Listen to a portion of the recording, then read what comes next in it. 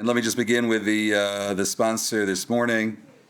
The Shir is sponsor for the 2025 academic year, Le'iloi Nishmas Miriam Bas Avram, Alav HaShalom V'Shem Tov Ben Shlomo Zichrono Livracha. Okay, I want to wish everyone a Chodesh Tov, a good Chodesh, as we begin the month of Sivan.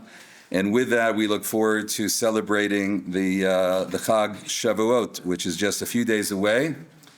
And this is already a wonderful time to begin to think about Shavuot and to begin our preparations and our spiritual preparations as well. And with that in mind, I want to look at a topic which is appropriate for Shavuot, and that is Matan Torah, the giving of the Torah, and Limud Torah, the study of Torah. And we know whenever we study the words of Rav Kook and the teachings of Rav Kook, there's always something novel. He always has something new to say, something that has not been said in the past. And that's one of the exciting things about learning Rav Kook and the teachings of Rav Kook, to see his insights, to see what it is that he highlights, the way that he sees Torah. So that's the question that I asked myself as I was beginning to prepare for today. What is it in the writings and the teachings of Rav Kook that's unique in the area of Talmud Torah? What does he bring to the table that has not been said in the past? And so this is what I'd like to share with you this morning. The following idea, and we'll see three examples of this morning, and I think all of them are really beautiful, wonderful examples of Rav Kook's teachings. So in the last 200 years or so, 300 years or so, when we think about learning, and certainly Lithuanian learning, the learning that comes from the Vilna Gaon, from the great yeshiva of Volozhin, our traditional way of learning. So I think all of us would agree that has centered on the importance of studying the Talmud. And even today, if you speak to somebody about serious learning, they'll talk about the Gemara learning, the Talmud learning that they're doing. They'll talk about the Daf Yomi, which has become incredibly popular, which is quite an amazing thing. The numbers, hundreds of thousands of people that are studying a Daf Gemara every day. So Rav Kook came along and he said, that's very, very beautiful. It's wonderful that is the centerpiece of study, but there's an area within Gemara itself which he's felt was being overlooked. And that's what's called the Agada, or the Agadata of the Gemara. And the truth is, when I was in yeshiva, when I was at Yeshiva University, so the Rabbeim and the Shiurim that I was in, so you would study the Gemara, and if you would come to a piece of Agadata, and Agadata is the non-halachic part, the non-analytical part of the Gemara, where it kind of goes off on a more of hashkafa, philosophy. Sometimes there are stories. Yeah, that's right, narratives in the Gemara. So at that point, the Rabbi would say, okay, now let's skip that and let's get back to the real stuff. Let's get back to the halachic, to the analysis. And that's not uncommon. Not uncommon, literally, to skip that section. You can kind of do that on your own. You can read that. That's not something that we necessarily do in the Shir. So Rav Kook writes a lot about the importance of studying Agada, that those sections of the Gemara, those sections that speak about Hashkafa, those sections that speak about Hashem, those sections that speak about insights and wisdom in spirituality, and sometimes esoteric sections, and we're going to look at one of those, which is really the first Agada that's found in the Gemara, is a very esoteric description of what happens in heaven nightly. We'll see that in a moment, and we'll see the way that Rav Kook understands that. But Rav Kook says this is incredibly important to study as well, this area of study, what's called, again, the Agada or the Agadata. Why is it so important? I want to just highlight three ideas that Rav Kook shares. Why is it so important to do this? And maybe especially today, Rav Kook felt, and again, he was talking about 100 years ago, over 100 years ago, but he was talking about in today's generation, the importance of studying the Agadata. Number one, the first reason that he offers is that not everybody loves Gemara. Not everybody is attracted to Gemara. It does take a certain mind. It does take a certain intensity to study Gemara. And Rav Kook writes the following. I'll just read one line to you from Rav Kook. This is from a beautiful collection, Orot Torah, one of the classic collections of Rav Kook's teachings on the Torah. And he writes the following. If you want to take a look at this, page 1, source number 1. This is Orot Torah, Perek Tet. Kol echad tzarich la'asok be'esek shelo. So Rav Kook, and this is one of the beautiful aspects of Rav Kook, he says, you know what? Not everyone is the same. Not every person has the same interests. Right? Not everyone is attracted to the same areas in life and in learning. Every person has a particular interest. He says it's true of life, right? Somebody wants to be a dentist, somebody wants to be a sociologist, somebody wants to be a lawyer. Everybody is different. It's true in learning as well, that we're attracted to different parts of learning. We should appreciate that not everyone necessarily wants to study Gemara. So that's point number 1. And by the way, somehow that wasn't really the approach for a long time. Sit and learn Gemara, that's what you should be learning, and the other things are really secondary. Rav Kook says, let's appreciate everybody for who they are. The second idea, which I think is really a fascinating idea that Rav Kook speaks about, is the idea that he felt that in this generation, that people want to observe mitzvot, yes, but they want to know the meaning and the purpose and how that mitzvah is going to make a difference in their lives. And I remember actually when I was a rabbi in Westchester, Mount Kisco, New York, that often, and I was with more Balei Tshuva, but they would always say, Rabbi, okay, but tell me, how does this apply to my life? Like, how can I bring this into my life? How is this meaningful? And that's a fair question, right? How is kashrus meaningful? How is Shabbat mean? I want to understand how this is going to enhance my day-to-day life, my relationships. It's interesting. There's a kiruv program. It's one of the most popular kiruv programs today, known as Momentum. It's headed by a woman, Lori Palatnik. She lives here in Yerushalayim. And her idea was we have to do kiruv for women and for mothers especially. That's where she's putting her money and all of her effort. Because if you could be makarev the mother, what happens afterwards? She's the one raising the children, and she's also going to be makarev the husband as well. So she has all the influence in the house. Right? The father gets up for work. He's out. He's coming home at 7:30, 8 o'clock. He's having dinner. He's watching his sitcom. He goes to bed. Right? That's the father of the house. Right, but the mother of the house knows what the kids are doing, where they're going to school, what they're doing after school. So the mother is having the major influence. So she said, let's do that. Let's put all of our effort, and that's what she does. She brings about 10,000 women to Israel every year. It's a little bit slower in the last year and a half, and starting with Corona. But that's what she does, and she does it's an amazing program. She right now, I think the last week I saw it advertised that she has thousands of women that are here in Israel. What's her name? Lori Palatnik, she lives, look her up, yeah, an amazing personality as well, amazing teacher. And she lives here in Yerushalayim. She was in Toronto, she was in Washington, she made Aliyah, and she's here. But what's interesting, this is the point that I want to share with you. So she brings the women to Yerushalayim. So you would think, if you're bringing all these women to Yerushalayim and you're going to teach Torah, be Makarev, so what are you going to teach them? So you think, let's talk about the Torah, let's talk about she doesn't talk about that at all. She brings them, and she talks about how a Jewish way of life is going to enhance your relationship with your husband, that you're going to have a happier home, that you're going to have more successful children. In other words, she's taking the lessons of the Torah, the wisdom of the Torah, and she's showing how this enhances your life. Now, Rav Kook says, when it comes to Torah learning in our generation, that people want to know how the Torah is going to make my life more meaningful. Maybe it worked 100 years or 200 years ago. You were told, this is God's command, do it. Surrender to God's command. Actually, if you read Rabbi Soloveitchik, that's one of the themes in Rabbi Soloveitchik's writings, is the idea of surrender. There's a God, there's divine will, and you are to surrender to that will. Now, how does that go over in modern times? Right, to tell young people, or if I were to tell you, that's mitzvot. Don't ask any questions. God has commanded you to do the following, and do it. Not well. Not well. You don't like that approach. Okay, so Rav Kook said this isn't going over well either in our generation. We need to understand, we need to show the depth, we need to show the spirituality that's found in a Jewish life. And where do you find that? Well, where is that? So he says that's in the Agada.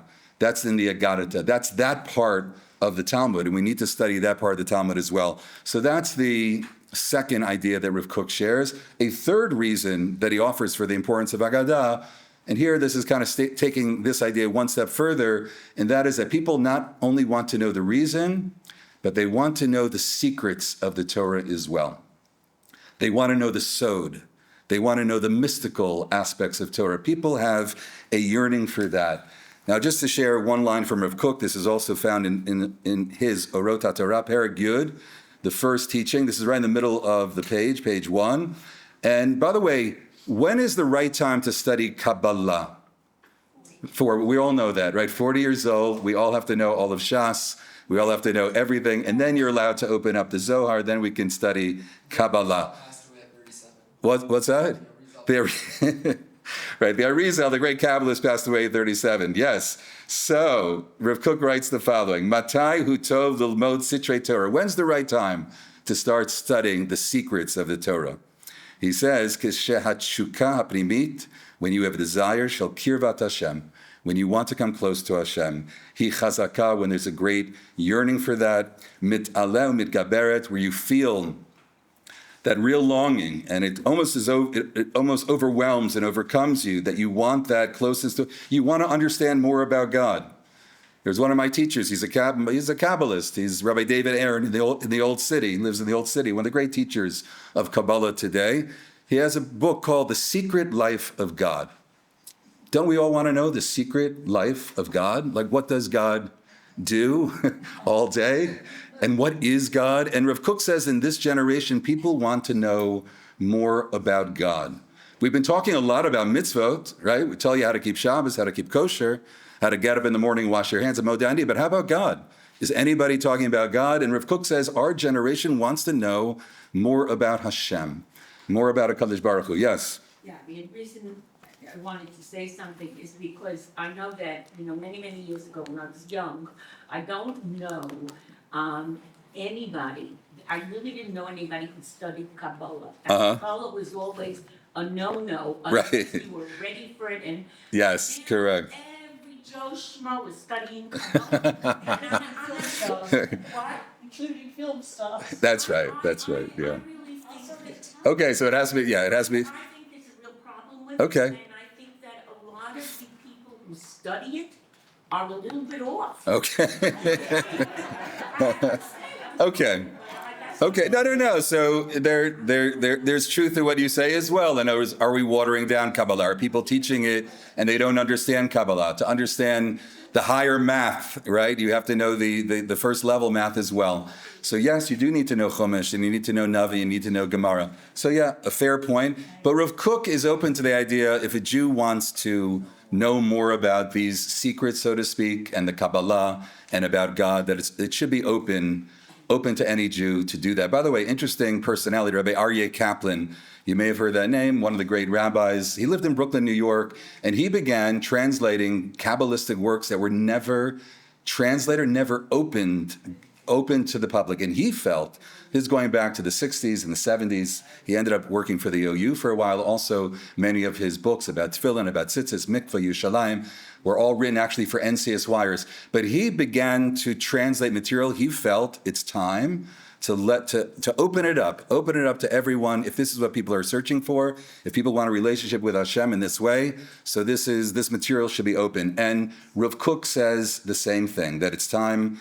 If you want it, come and get it. That's what Rav Kook writes. When's a good time? Matai hu tov. It's when you want it. That's his. And you have to, sincerely, to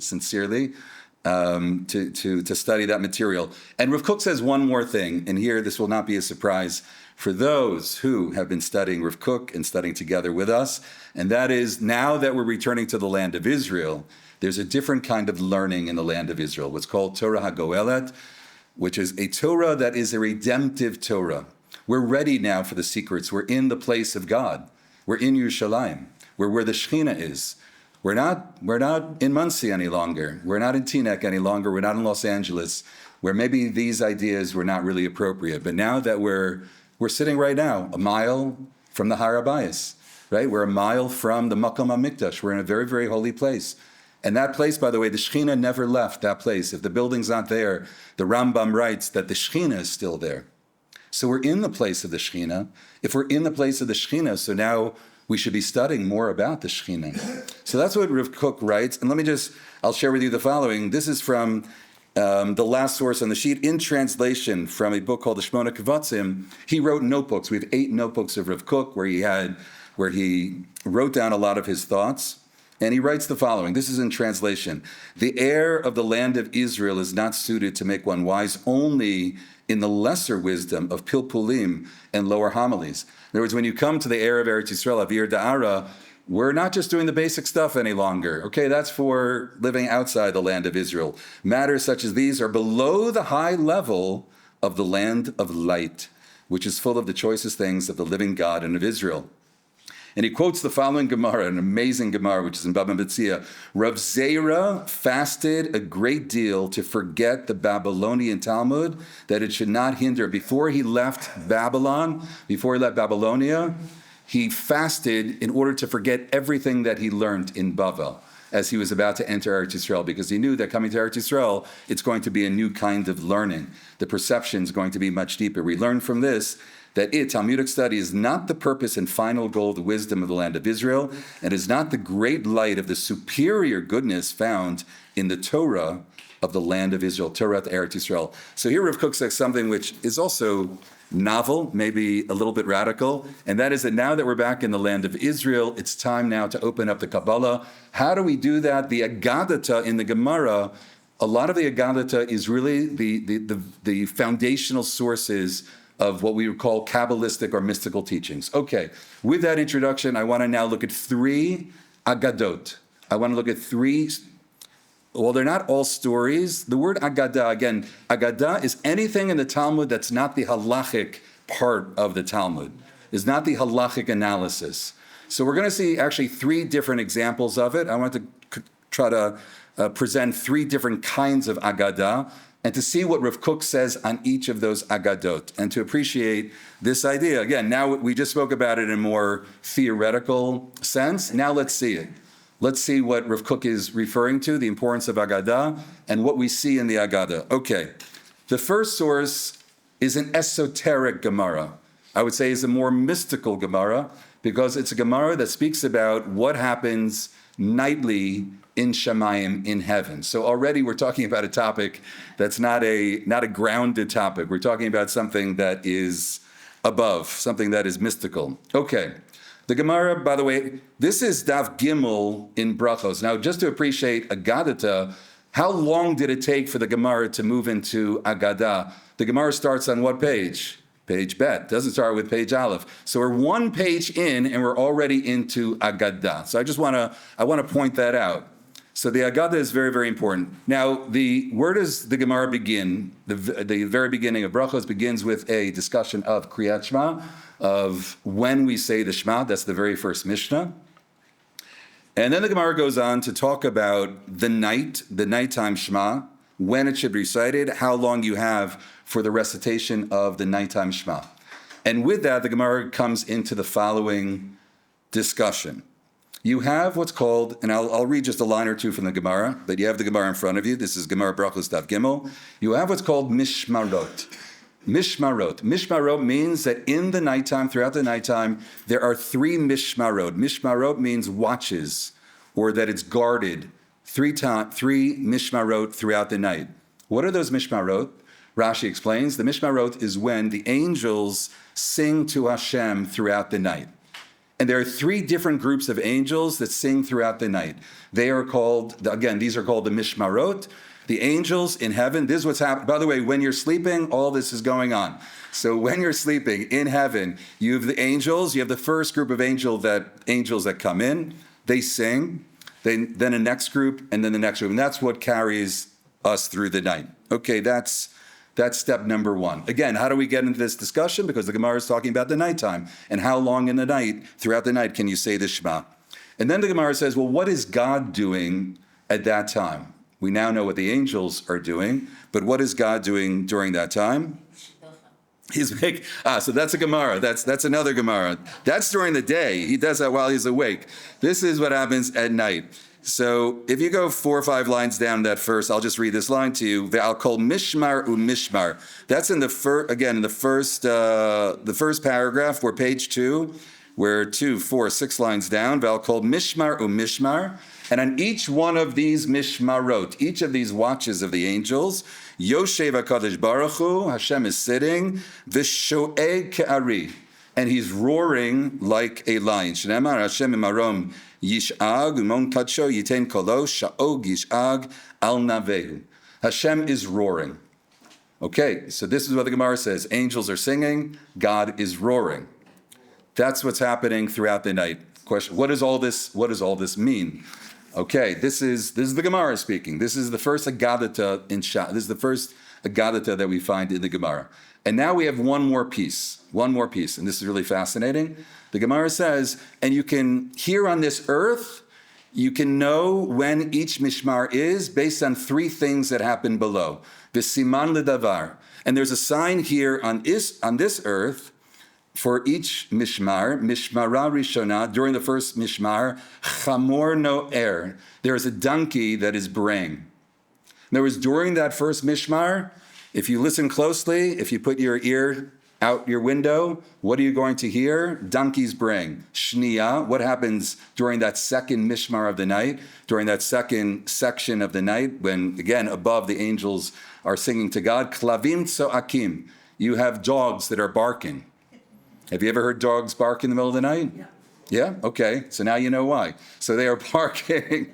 This is the sign that you've now reached the second mishmar of the night, Shlishit.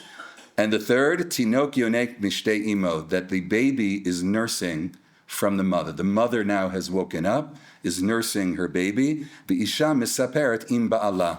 And the wife is speaking to the husband. The wife doesn't want to be up alone with the baby, wakes up her husband, says, talk to me a little bit while I'm nursing the baby. Let me have some company. So that's the Gemara. That's it. That's the Gemara. That's the first Agadata that's found in Brachos. Now the question is, what does this mean? How do we interpret this? And Rav Kook says the following. I have a few lines from Rav Kook. We'll read those lines in just a moment. But let me just tell you what Rav Kook says. Rav Kook says, what is this cry? What is this roar of God throughout the night? The roar of God is his cry that the Jewish people are in Galut. That's God's cry that the Jewish people are exiled from the land of Israel, that we do not have the Beit HaMikdash. Now, what are these items, these things that we see here on this earth that are a sign of these mishmarot, of these different times throughout the night? The donkey. What is a donkey, says Rav Kook? That is the chamor.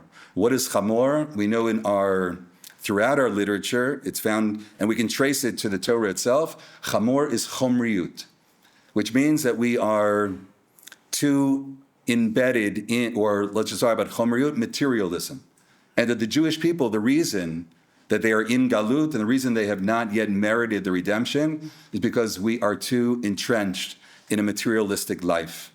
So that is lesson number 1. By the way, just as a source for that, where does Rav Kook, and by the way, when Rav Kook gives these explanations, it's not just, I don't know, like a nice vort. We're talking about somebody that knows all of Torah, that knows all of Zohar, that knows everything in the palm of his hand, and he knows when these terms are being used, that these are hints to ideas. So it's not just any Perush. We're talking about a man, Rav Kook, that knows everything. That knows all of Torah, that knows all of Medrash, that knows all of Zohar, that has it all in the palm of his hand. And when he reads this, now, by the way, where does he have this idea of that a chamor is chomriut? So just in the Torah itself, the first time that we have a chamor, so we have the story of Abraham. He's going to do the Akedah, and he says the following. As he's about to leave that group of people that are with him, he says, Vayomer Avraham el Na'arav, we just have the pasuk here, Shivu lachem po im hachamor, you stay here with the chamor, vani vanar nelcha ad ko. Now, why does the Torah have to tell us, stay here with the chamor? So many point out that relates to a chomriut, that you're not ready for this experience of Akedah. I'm going there, Avram, Yitzchak, together we're going to experience this revelation, something that's very unique. You stay with the Chamor. Chamor, again, in this sense, one explanation, but you see already that there may be a hint in the Torah that Chamor, Chomriut, a kind of materialism, something that's less spiritual. So that's already in the Torah. So that's, Rav Kook says, the lesson, or what's being taught here, being hinted to, Galut, when you talk about Galut and the Jewish people far from the land of Israel, that they are embedded in a Chomriut, and we need to, if we want the Geula, if we want the redemption, we need to find a way to be more spiritually connected. That's one. Second idea, we have dogs that are barking. So what's the dogs that are barking? Rav Kook says that reflects inner conflict, that reflects those that we're barking at one another. Jews barking at one another. Absolutely? Okay. So Rav Kook says that needs to be changed. And that's what God is crying over. That's the roar of Hashem in heaven. And why there is still a galut. Because we're still barking at one another. Because the respect is not, the compassion is not there. So that's, Rav Kook says, that's the dogs barking. And now the third, which is really a fascinating interpretation that Rav Kook gives. And that is the nursing mother. And what is the idea of the nursing mother? Okay, I don't know, we can think for ourselves. By the way, the Agadata is, when we learn it, it's about thinking for ourselves as well. The Gemara wants us to think, what does this mean? So this is the way that Rav Kook, and I think this is really, the other two I think are more standard. This is more novel, what Rav Kook is going to say about the nursing mother. The nursing mother reflects the following. He says that the nursing mother, the child that's nursing the mother, the child does that in a automatic way. He says almost, well, let's use the following word, it's superficial. In other words, the child receives the milk, receives the nourishment in a very simple way, right? It just latches onto the mother and receives the milk.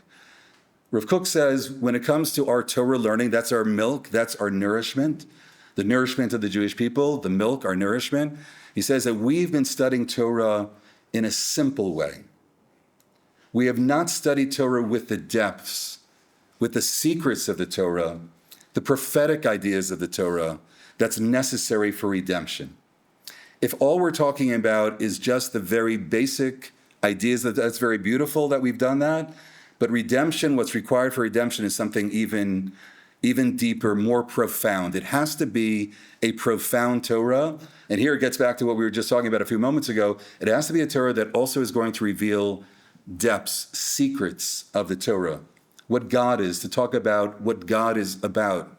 Right? What is the meaning of God? What does it mean? We spoke about last week of Shema Hashem Elokeinu Hashem Echad. Well, what does that mean when we say that God is one? Does it simply mean that God is one? Or are we talking about a oneness? Are we talking about deeper ideas? Those deeper ideas are needed, are necessary to bring the Jewish people back to the land of Israel and for Geula. And it's interesting, Kabbalah, somebody mentioned earlier, where did this great interest of Kabbalah all of a sudden, where did it come from? Many people say it was Madonna, right? Remember Madonna, the singer? She was the first. She went to the Kabbalah Center. She started talking about Kabbalah, and then everybody wanted to know, what is this Kabbalah? I don't know, maybe Hashem sent her. But it seems that at this time, this interest that we have, and you see it everywhere, and you pointed out also, everybody's studying Kabbalah. But Rav Kook says there's something very, very positive about that, because we do need a Torah. We need a Torah that is a deep Torah, that is a very profound Torah. And that's the kind of Torah that's going to inspire the Jewish people, that's going to bring the Jewish people. We have to talk about Kedusha. We have to talk about the depths of Kedusha. Maybe that's what's going to bring people back to the land of Israel when they recognize Kedusha, that it's not just the standard mitzvot that you have to learn and you have to daven and you have to keep kosher, right? To think about deeper ideas, and maybe those ideas are what's going to bring the Jewish people back. So that's Rav Kook's interpretation. Again, here we have a Gemara in a Gadata. You could easily skip over it, read it, donkeys braying and dogs barking. Okay, next. But here to take a moment and to think about the meaning of this, and now this becomes a very, very important, profound teaching. Well, what is it that we need to rectify? And here the Gemara is beginning. This is page 1, page 2 in the Gemara, and it's talking about let's figure out as a people what we need to do to bring Geula, what we need to do to bring the Jewish people back to the land of Israel. Let me just read, I'll just read to you just the few lines in Rav Kook. This is from the Ein Hayah, and here he really just addressing that third point of the the nursing mother. Neged ha'oskim, that this Gemara is speaking about those that study Pshatei Torah, the very Pshat of the Torah, Haseichel HaMa'asi, that people are studying Torah, that they want to know what they need to do, right? You go to a class, Hilchot Shabbos. By the way, we need to do that as well. We need to know Hilchos Lashon Hara and Hilchos Shabbos and Yantif, and yes, we need to know all those halachos, but there also is an area of Torah that he believes is necessary to inspire the nation. And he says, Shehu rak hachana ledat et Hashem. That's really just the foundation. That's really just a preparation for knowing God, for relationship with God, for a deep relationship with God. Are we talking about that in our schools, in our high schools, how to develop a close relationship with God? You know, it's interesting, I mentioned Rabbi David Aaron just a moment ago. They brought him into many schools in America. Many schools in America are struggling with tefillah. It seems to be one of the major issues. They come to school, they're good in class, but tefillah, you just can't, to get them to daven, everybody's talking, everybody's, looking this way and that way. So they've invited him to schools to talk about tefillah. So he always says that the first thing that we need to talk about is not tefillah. We need to talk about God. We need to talk about Hashem. And to understand more about Hashem and how to develop a relationship, then you're going to want to daven to Hashem. Okay, so this is what Rav Kook is speaking about as well, that we need to talk about Hashem, that we need to, and these deeper ideas. So he writes, Amar shenikra yedei mashetino gioneg b'shtei imo, hine v'hine nikar she'ein malatam adayin shlema, that child has not reached the higher level, ki'im b'ma'alat hatinok. That's what the Gemara is speaking about, is really just a rudimentary, a very fundamental way of receiving nourishment. Ukemo shekarotam b'tikunei Zohar. He says that the Zohar calls them efrochim. It's almost childlike the way that we've been studying Torah. That's what Rav Kook says, something along those lines. Hine mini'at shlemut, that we have not reached this wholeness. Hi sha'agato yitbarach. That's why Hashem is crying. Hashem is crying because we have not reached the wholeness, the fullness of our potential. And in three areas, right? Area number one is our relationship with actually, area number one is the chomriut of the donkey, and then the dogs barking in our relationships with one another and in our Torah learning. Okay, that's lesson number one from Rav Kook. Let's go to another idea. Yes, please. Please. What about talking to their husband? Is that what they're Yeah. That's a very, very good question. Very good question. The question is the other part, because it's the mother nursing and talking to her husband. I have to look back at the piece from Rav Kook if he addresses that, but you are correct. That is that's a separate piece there, and the meaning of that. So we can think about that as well. The meaning of that part of the Agadata. Okay, next piece. We'll do two other pieces, and these are a little bit simpler, a little bit more straightforward. Where are you? Okay, good. So we are on the bottom of page 2. This is the Gemara in Brachos, Daf Yud Dalet, and you have the following. Here's a halacha, but it's a halacha that Rav Kook wants to give. So here's like a second example of a gadita. It's a gadita in the sense that it's a halacha, but it's a halacha with a lesson. The Gemara itself is going to speak about the lesson, and what does it mean? Here we go. Amar Rav, this is the bottom of the page. It's in bold. Amar Rav, kol hanoten shalom lechaveiro, kodem sheyitpalel ke'ilu aso bama. So the halacha is you are not supposed to greet another person before you begin davening in the morning. Yeah. Yeah, okay, there's some question exactly how that plays out and different opinions. Some say specifically not to use the word shalom because shalom is a name of Hashem. Or I think the halacha does say to go out of your way to greet somebody before you've davened. So that's problematic. So again, the language is Amarav kol hanoten shalom. When you greet somebody with shalom, lechaveiro kodem sheyitpalel, before you daven, ke'ilu aso bama. It's as if you have built a bama. Now, so one, we need to understand what the problem is per se, and what is the idea of building a bama of all things. I mean, you also have, here's now the agadata part of it, so to speak. How do you interpret that aspect of the bama? So by the way, what's the simplest way of sort of like the pshat of this Gemara? Why is it that one should not greet somebody else before davening in the morning? What would you say? Respect. Respect for Hashem, yes, correct. In other words, you begin with greeting Hashem. In other words, before you start greeting anybody else, right? Before you start knocking on your neighbors and saying hi, say hi to Hashem first. In other words, the first step is to greet Hashem. You shouldn't be doing anything else before you greet Hashem. So that's, okay, that's the basic idea, the basic pshat.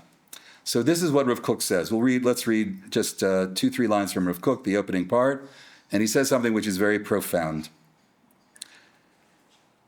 Hanotein shalom chavero kodem shipalel. Mar'el ladat. A person that greets a friend before they greet Hashem. She'enu makir. They don't recognize. Sheyesod hashalom. That the very essence of peace and relationship with others. V'kiyumo hu talui rak al yedei hakarat dat et Hashem. That it begins with recognizing God. Recognizing other individuals and the worth of other individuals really begins with the idea that you see in the other individual the divine aspect, the divine spark of Hashem. V'hi hasiba hareshit hamekayemet et hashalom lo ba'orach mikri.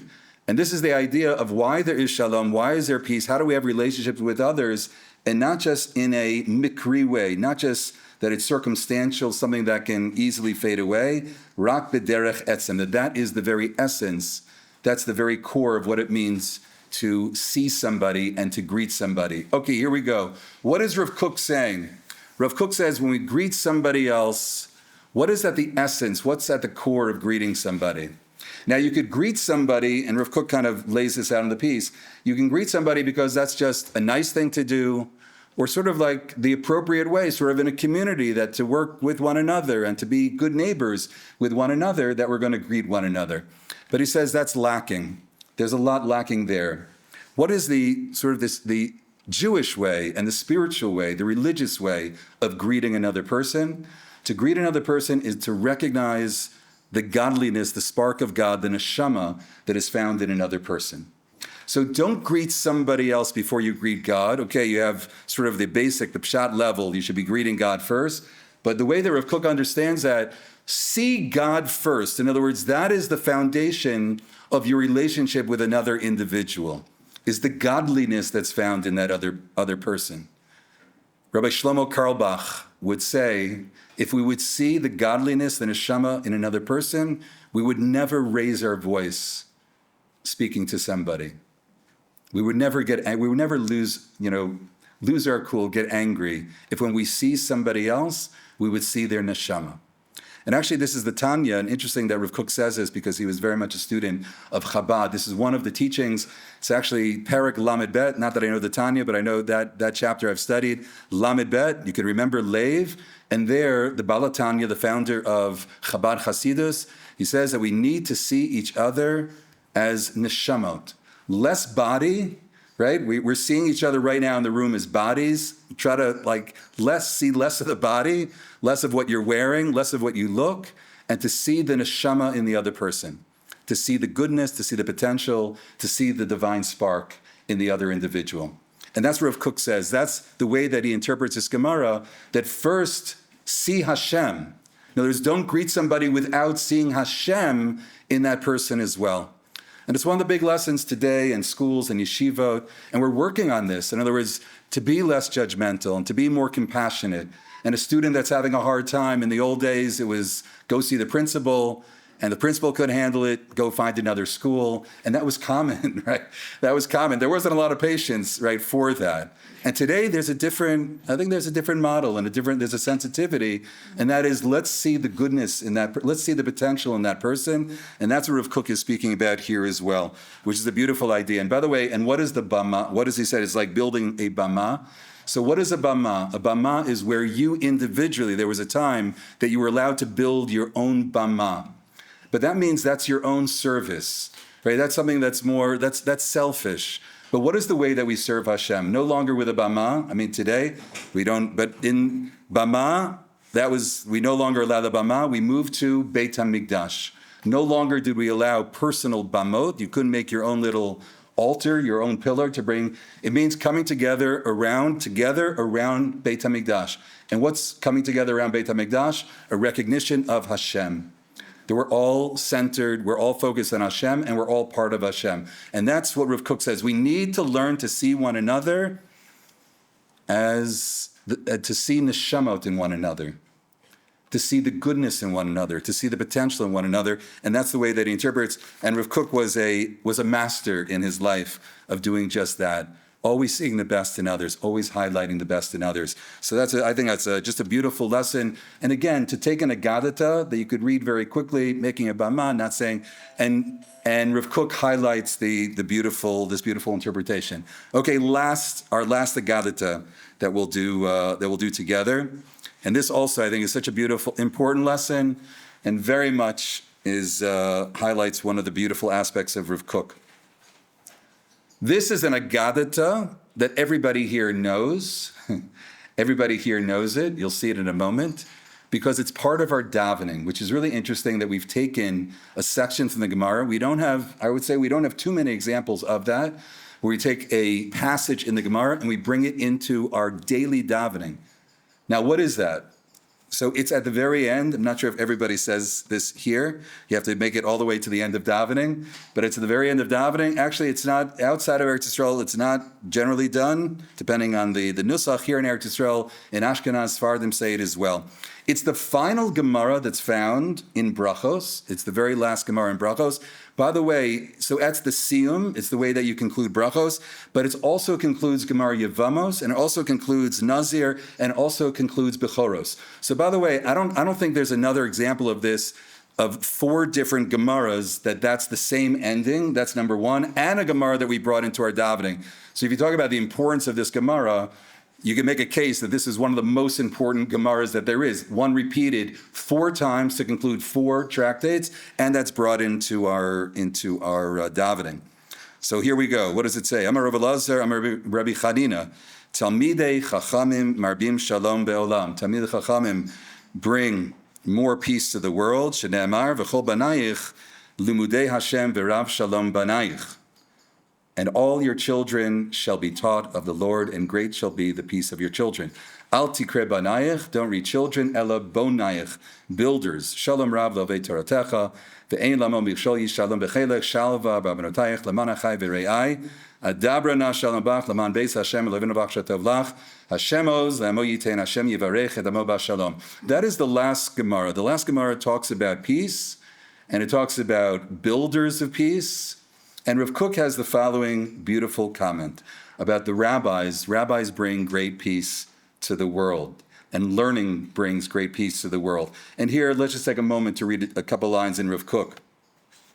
Yesh to'im, there are those, this is Rav Kook Ein Ayan, the very last Gemara in Brachos. Yesh to'im, there are those that make the mistake, shechoshvim, they think, shalom ha'olami, that if we want to make peace in the world, lo yibaneh, it will not be built, ki'im al yedei sivyon echad. We can only build peace if everybody agrees. If there's one unified, if there's one unit, bedeot utchunot, that everyone agrees to the same opinion, the same way of life. So that's what people think, that we all need to be in agreement. Im kain, kisharim tamidei chachamim. And when you see the rabbis, and this is, if you're reading the Gemara, you see this on every page, and here we are, the last page of Brachos, where you've seen thousands of arguments every, page after page after page. When you see them arguing about wisdom and about ideas, and you see that through that there are so many different interpretations and different ways of arguing a point.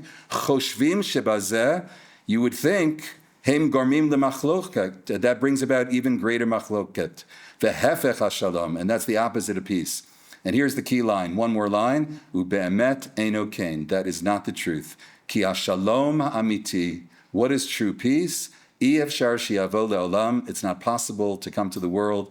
Ki'im davka ayedei to'ar shel ribui hashalom. You have to have many aspects that create that peace, right? There are many, many different ways of looking at something and to appreciate all the different sides. That's what it means, peace.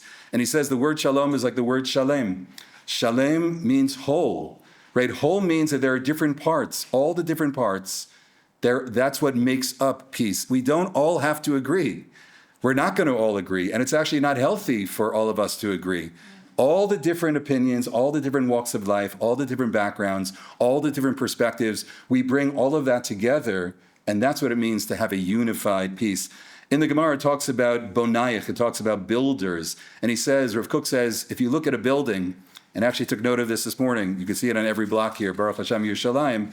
So what does it mean to build a building? You have people that bring the concrete of the building, you have the plumbing of the building, you have the windows of the building, you have the people that are putting the floor downs in the building. Is everybody bringing the same thing to the building? Is there one unit that just builds the building? It's all different people with all different skills, with all different, and that's what builds the great building. And he says that's true in OUisrael as well. That's the last Gemara, and a Gemara that's repeated again and again, and a Gemara that we recite every morning. And what does that Gemara teach us? It teaches us the importance of the difference of opinion and respecting the difference of opinions. And that difference of opinion is what's going to bring a great peace. And one last Gemara that Rav Kook comments on, and one of the terms that's used for the rabbis that are arguing with one another in the Gemara, you're probably not familiar with this, not that well known, what's called Ba'alei Trisin. This is a Gemara Daf Chav Zayin in Brachos. The different rabbis are called Ba'alei, they're the masters of Trisin. Now everybody here knows what a Trisim are. So what, you're right, the Trisim, yes, you're doing this. You don't have the button, I guess. There's the electric ones. You can press a button these days. Yeah, I also have the ones that you do that. So what are trisim? Why is a rabbi who's arguing, why they call them the Ba'alei Trisim?